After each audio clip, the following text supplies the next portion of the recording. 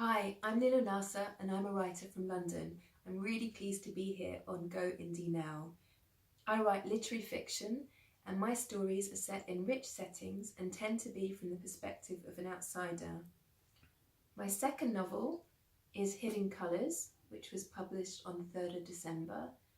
It's the story of Yusuf, the Syrian acrobat, and Ellie, the German journalist, and how their paths crossed at the immigrant circus in Berlin.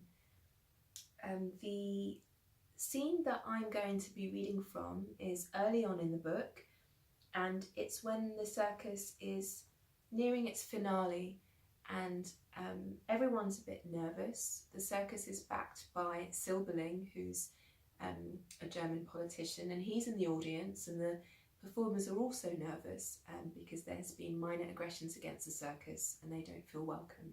So here we go. It was time to take to the stage. In they all ran, beasts and performers alike, springing, turning, waving to the crowd, singing for their supper. Silberling, too, became merely one of the audience as the performers threw batons into the air and the goats danced and the skirts became a whir of colour. The girls threw small squares of tissue paper into the stands, which in the blink of an eye transformed into sapphire butterflies flecked with copper. The men blew into their cupped hands and bubbles emerged and floated away, growing ever larger until they popped over the heads of the audience in a burst of raindrops. "Isn't this just fantastic?" said Emir the ringmaster into the microphone in the midst of them all, his shirt straining across his belly as he hopped in excitement from one leg to another. The final moment approached, in which Emir pulled a lever that released a flurry of multicoloured foils over the audience, never failing to make the children squeal with delight. He pulled the lever, but it stuck fast. Emir tugged it again to unleash the nets at the top of the tent. An avalanche of paper balls covered in stark print came turning through the air.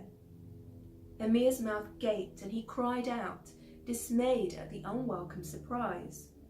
Not one of them had noticed the change in the contents of the net that morning. The performers stuttered to a halt.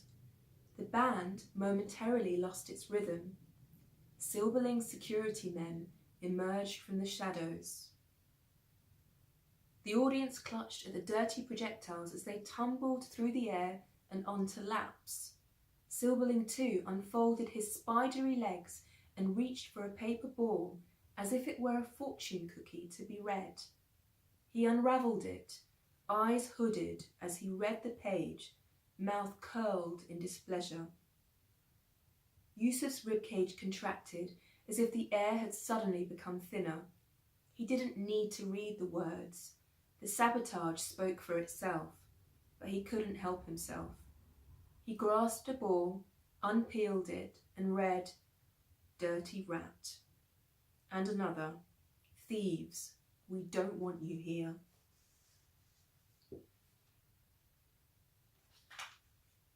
There, in the majestic tent full of possibility, oceans away from the troubles of his past, amidst the sweat and the sawdust, despite their talent and commitment, Yusuf knew the circus and its people to be pawns in a game of power and perceptions. There you go. I hope you enjoyed that. Here it is again, Hidden Colours. I hope you'll look it up, that you'll buy it, and please do get in touch to let me know what you think. You can contact me on my website. And thank you again for having me go indie now. Bye.